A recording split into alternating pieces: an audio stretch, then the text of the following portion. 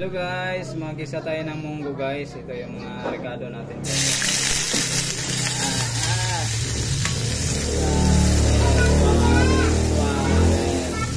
Kasi magluto tayo ng munggo.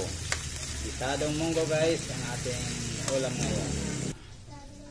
Tapos ito yung mga sangkap natin guys. Pritong isda, kalamunggay, may kalabasa tayo, okra, talong.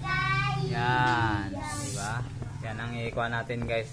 Ihalo sa ginisang munggo. Yan ang ulam natin ngayon guys. Tapos ilagay na natin yung kuha natin guys, munggo. Kulong-kulo guys, yung munggo natin. Yan, konting kuan lang kasi susunod naman yung sahog. Yan po guys, yung ginisa nating munggo.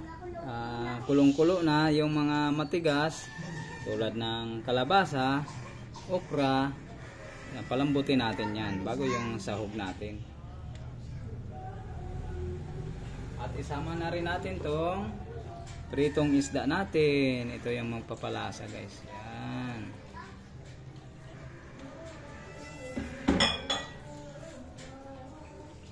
Tapos itong talong, malunggay, maya na pag malambot yung ating okra at kalabasa.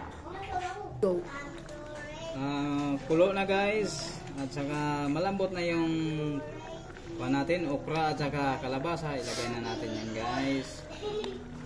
Yan. Pag yan naman ang lumambot, yung dahon na naman natin.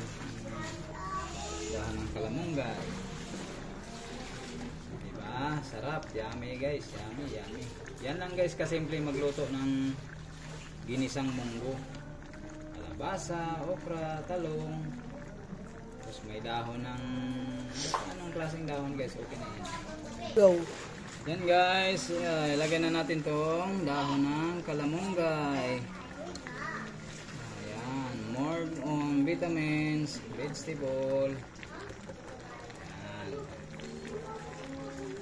Guys, tapos